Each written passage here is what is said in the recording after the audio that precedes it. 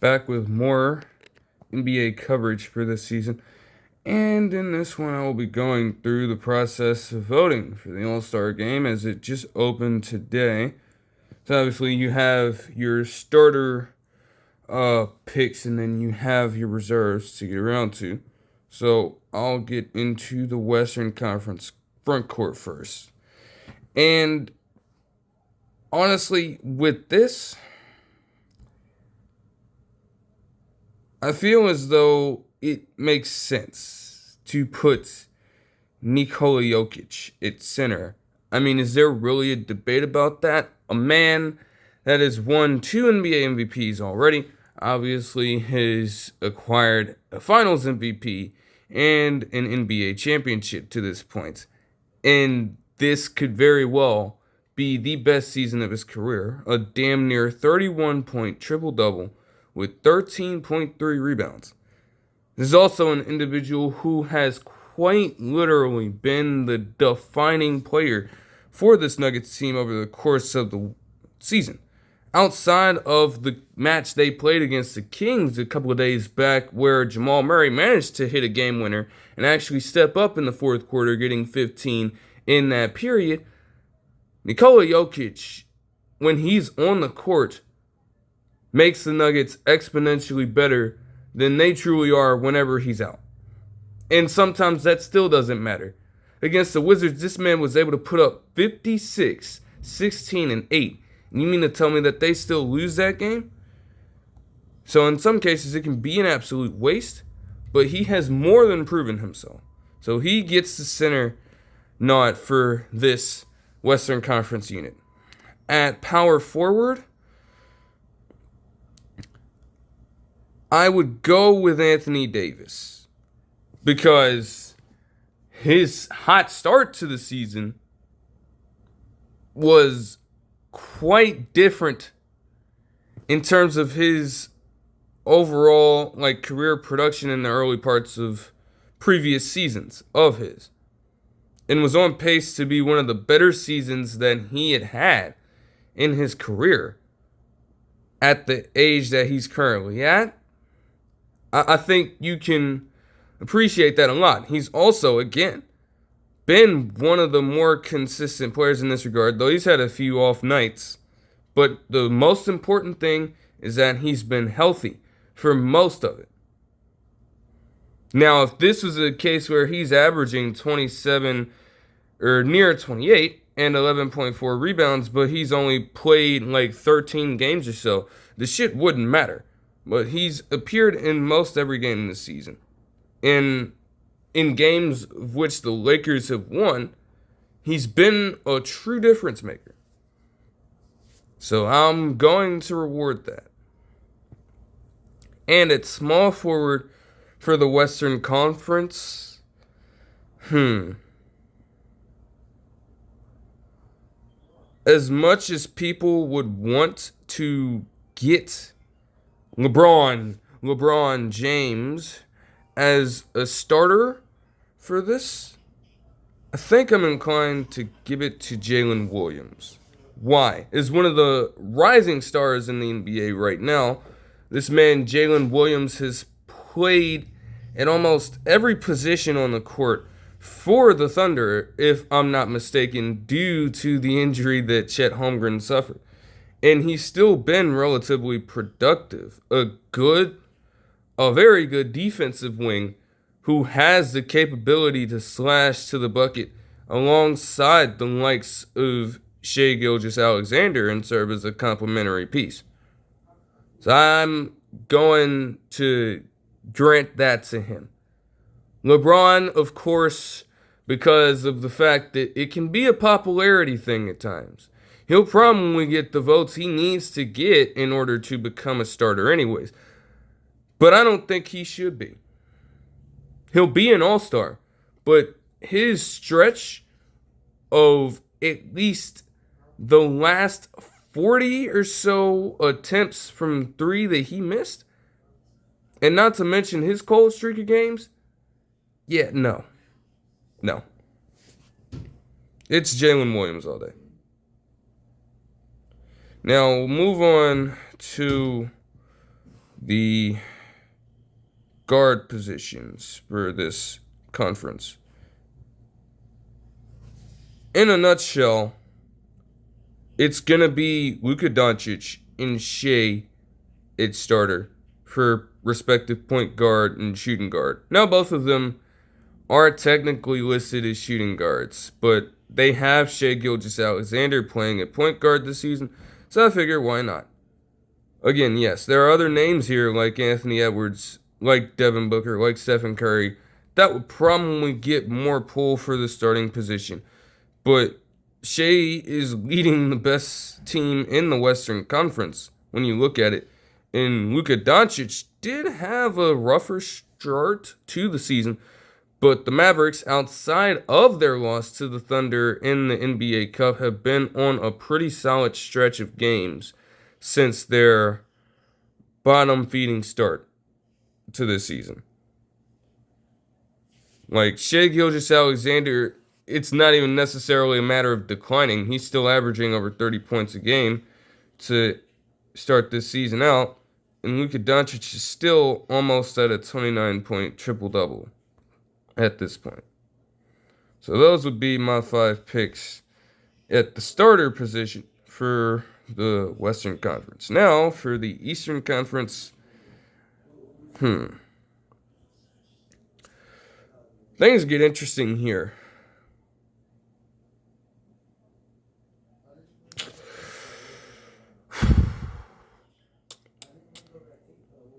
Because, you know what, I'm going to check something out real quick. Because I have a couple players in mind. But I need to see one thing really quickly. Is there an update on this?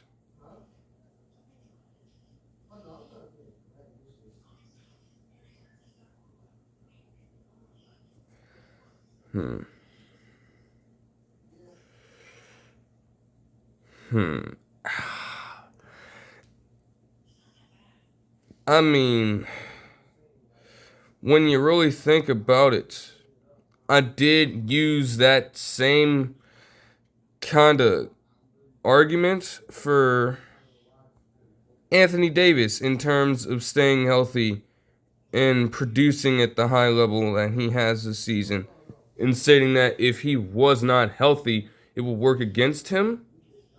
But I'm not going to lie to you. As one of the better teams in the Eastern Conference, surprisingly, I feel compelled to give this player a nod. So with my front court selections, I will choose Paolo Banchero, I will choose Jason Tatum, and I will choose NBA Cup MVP Giannis Antetokounmpo for obvious reasons. Those three have been, when they have all played, 3 of the better players in the league overall. We're not even just talking about a matter of conference here. And they have been dominant against their competition. All of them averaging over at least 28 points a night when playing. And Giannis is averaging a double-double with one of the higher, if not the highest, assist tally he's had to this point in any of his seasons during his career. There's no way I can pass up the opportunity to get those guys in. And at guard,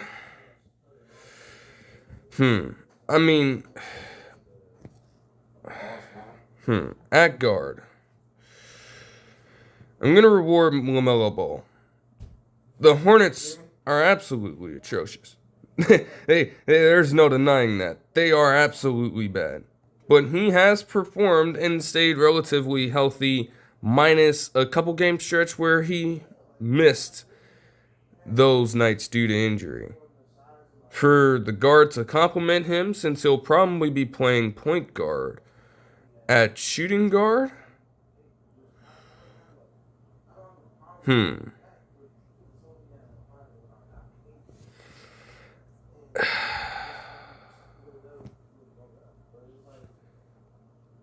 well, you know what? I guess there's kind of a...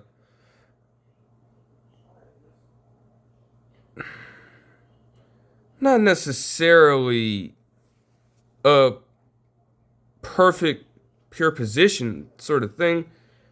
So I think it might actually be fine to give Jalen Brunson that nod alongside him. I think that's exactly what I'm going to do.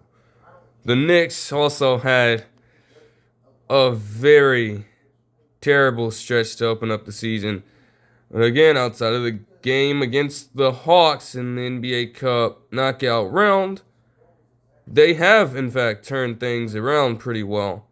But they have a lot of things that they need to overcome, like Karl-Anthony Towns' defense and the propensity to be as inefficient from the three ball as they were in that game.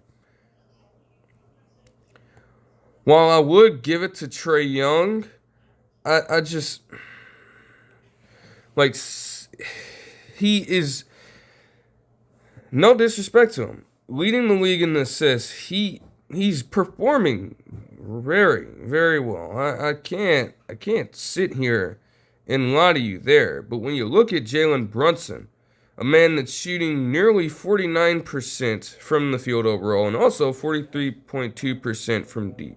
You look at LaMelo Ball, a man who is certainly, he's taking a lot of shots, mostly because he has to and they don't have the personnel. But even he is averaging 43% shooting from the field and 36% shooting from the three. When I go down and I look at what Trae Young is doing, yes, the Hawks are in contention, but this man has been ineffective every single night, it seems. Only 39% shooting from the field and 32% from three, from a man who is consistently compared to Stephen Curry in this regard. Like, he can truly, and I think when I was reading an article from The Ringer on the top 100 players in the league, they had Trae Young in the mix still, and one of their writers said it best, to be honest. He gives you the display of both the limits and the viability of a Trae Young-led heliocentric style offense. Because his assists are dynamic enough to get other players in their respective positions into their respective spots on the court to shoot and score. But if he can't take that upon himself to do it effectively night in, night out, well, some of these contributions may not even come to matter that much. Trae Young would probably still get in as a reserve, but those are my starters.